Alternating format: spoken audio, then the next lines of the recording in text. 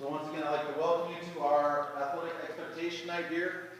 One of the things that I'll be passing out to you, I have it's kind of a summary of what we're talking about, is the Parents Athlete Handbook. It has everything in here you need to know.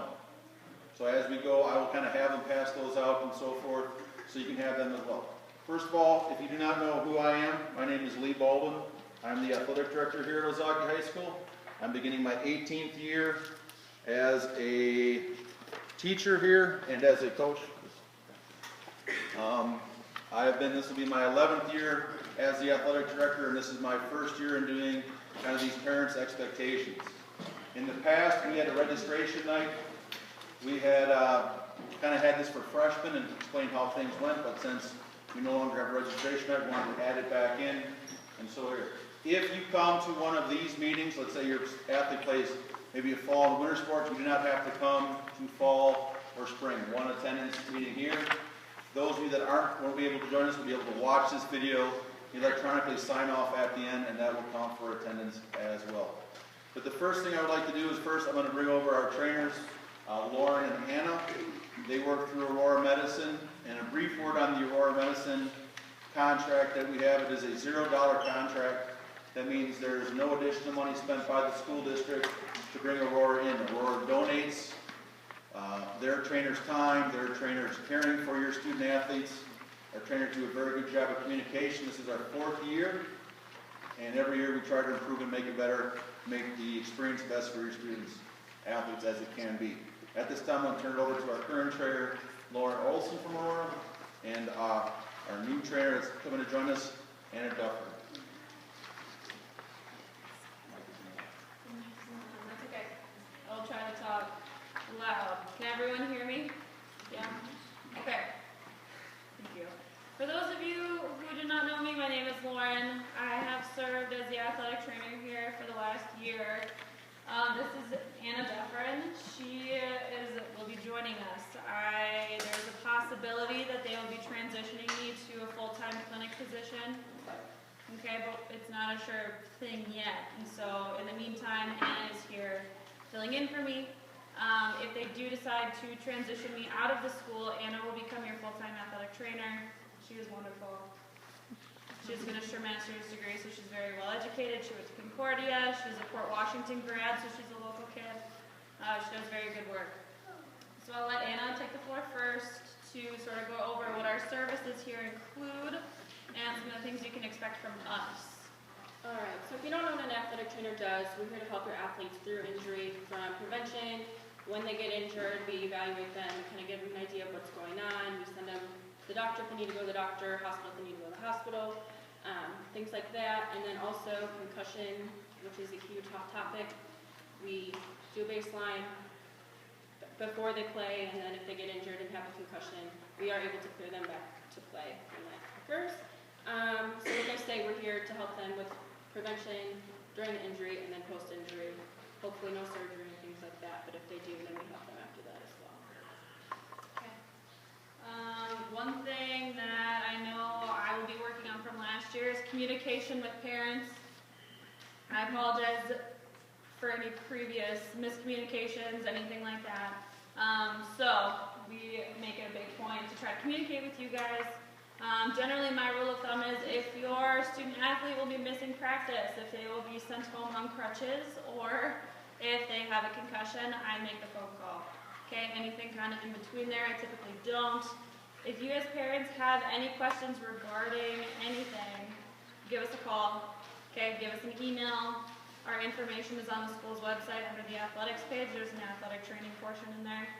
You'll find phone numbers, emails. Okay, I check mine religiously, so if you email me, I will get back to you typically within the day. Same thing for me. I have my phone on, so I get out of it. And same for Anna. Go over quick things about concussions. It's a hot topic right now, so we try to have full transparency with you guys, so you know what we're going to be doing, you know what to expect.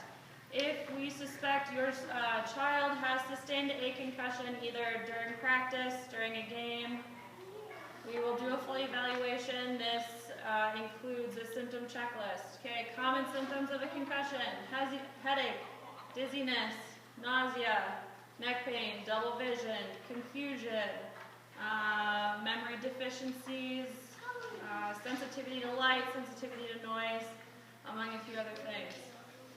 If your child exhibits one or more of these symptoms, we will diagnose them with a concussion. Better safe than sorry. Okay? Once they have been diagnosed, they will be put into the return to play protocol. Once they are 24 hours symptom-free, they come in daily and do a symptom checklist with us. Once they are 24 hours symptom-free, they begin the 5 days. It is a graduated progression back into physical activity. They do one step every 24 hours. Okay, first step is light exercise, move into strenuous exercise, non-contact practice, full contact practice. Okay, if we feel your child needs physician follow-up, we will communicate that with you. Typically, we wait around to 7 to 10 days. If your child is not asymptomatic after 7 to 10 days, we will refer them. If their symptoms increase, we will refer them. Okay. And my plan, we're redoing the website right now, so my plan is to have some home care instructions on the website. So if you guys are home, it's the weekend, can get a hold of us, you'll have a reference. I also send home care instructions home with kiddos. Okay, so if your kid has a concussion and you're not getting those home care instructions, come find us. Okay, let them sleep. Limit screen time, phones, tablets, TV, computer. We have a return to learn protocol for school. We are always in contact with their teachers. Okay, we send out an email saying, you know, Johnny Appleseed has a concussion. Please allow for extensions, accommodations at this time. Most of the teachers are really, really great about it. Okay. Now that everything is on the computer, sometimes kids have a hard time doing assignments, things like that, so we try and make those accommodations. Okay. Does anyone have any questions? That's all I have. So do you guys have any questions for me, for Anna, anything about athletic training services, or anything we provide through Aurora? Okay, if you guys think of anything later on, feel free to email me or email Anna. My information is on the website. I can relay messages to her. Anna's here every day. So feel free to stop by and bug her if you'd like to. Okay? I'll always smile. Okay, thank you. So we are very appreciative of the fact that we have Aurora trainers here. It takes a lot of pressure off of our coaches and even our teachers when they hear that, you know, we're accommodating if you're athlete to sustain that kind of injury. All right, back on to things I would like to discuss is we're going to discuss 3 points about our expectation. The first point we're going to discuss is attendance. We're then going to talk about academic eligibility, and then we're going to talk about the code changes, or curricular code changes this year. First thing for attendance, your child is expected to be in school for the entire day if they want to participate in extracurriculars. If they can, let's say they have a doctor's appointment or a driver's test, those types of appointments with documentation will be excused. Other aspects, other absences have to be excused through the school administration. So you contact Mr. Dorgan or whoever his proxy, if he is out of the office, to clear those other types of absences ahead of time. What we mean by other types of absences, in the past, we had a student probably 4 or 5 years ago that did some modeling on the weekends. So a lot of times they weren't coming back till Monday morning. So the principal excused her to still participate in volleyball. You just have to communicate that to us, okay? So we are willing to work, but some things that will not get excused, just so you're aware, if your child will sleep through their alarm or not say they don't feel good, if they're not excused with a doctor's note, they will not be eligible that day, just so you understand. In the past, it was half the day, but this rule is not a new rule. It's actually been in place since 2011. So some of those expectations that if you're going to participate, not just games, that includes practice, you're expected to be here the whole day. Are there any questions on the attendance there, expectation? Things like work study, college visits, doctors, certain family emergencies, as long as they're communicated, they're fine. Okay. Any questions on that? Yeah, the senior block. Senior block, that's part of the regular school day. If they're gone for a field trip the whole day, that's a school activity, that is all excused. Sometimes we'll have, like I know seniors will take college visits, those are excused.